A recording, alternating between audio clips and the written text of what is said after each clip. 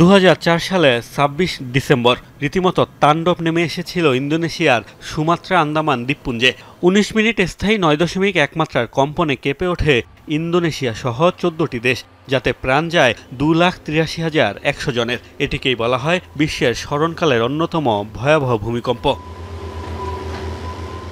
এক বছর পর আরেকটি বিধ্বংসী ভূমিকম্প অনুভূত হয় কাশ্মীরে। পাকিস্তান ও ভারত দুই দেশ নিয়ন্ত্রিত ভূখণ্ডেই ৭.২ মাত্রার ভূমিকম্পে প্রাণ হারিয়েছিল ৮৭,০০০-এর বেশি মানুষ।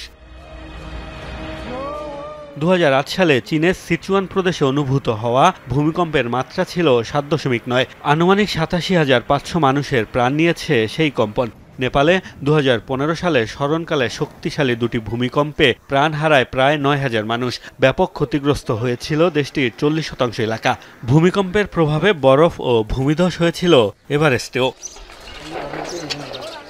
ইতিহাস বলে বরাবরই অন্যান্য অঞ্চলের চেয়ে ভূমিকম্পে সবচেয়ে বেশি ক্ষতিগ্রস্ত দক্ষিণ পূর্ব এশিয়ার দেশগুলো। Sunda megathrust, Sumatra fault zone, Sagaing fault এবং প্রধান হিমালয় থ্রাস্ট এর মতো ভূমিকম্প প্রবণ ফল্টের অবস্থান এই অঞ্চলেই। বিভিন্ন সময় ভূমিকম্প তছনছ করেছে বিশ্বের অন্যান্য মহাদেশের অনেক দেশও। ২০১০ সালে আরেকটি বিধ্বংসী ভূমিকম্পে তছনছ হয় ক্যারিবিয়ান দেশ হাইতির বিস্তীর্ণ এলাকা।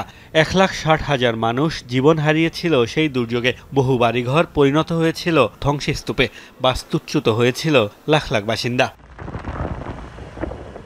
চলতি বছর কয়েক দশকের মধ্যে শক্তিশালী ভূমিকম্পে কেঁপে ওঠে মিয়ানমার। প্রাণ যায় কয়েক হাজার মানুষের। ৭.৭ মাত্রার সেই কম্পন অনুভূত হয় দক্ষিণ পূর্ব এশিয়ার অন্তত ৭ দেশে।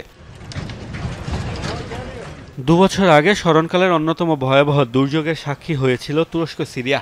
৭.৮ মাত্রার সেই ভূমিকম্পে তুরস্কেই ৫০,০০০-এর বেশি মরদেহ উদ্ধার হয়েছিল। সিরিয়ায় মেলে আরও ৬,০০০ নিষ্প্রাণ দেহ। এছাড়াও ভূমিকম্প প্রবণ হিসেবে পরিচিত আফগানিস্তানে নিয়মিতই অনুভূত হয় কম্পন। চলতি বছর একাধিকবার ভূমিকম্প হয়েছে দেশটিতে, যাতে প্রাণ হারিয়েছে কয়েক হাজার মানুষ। মোস্তফা মাহমুদ, যমুনা নিউজ।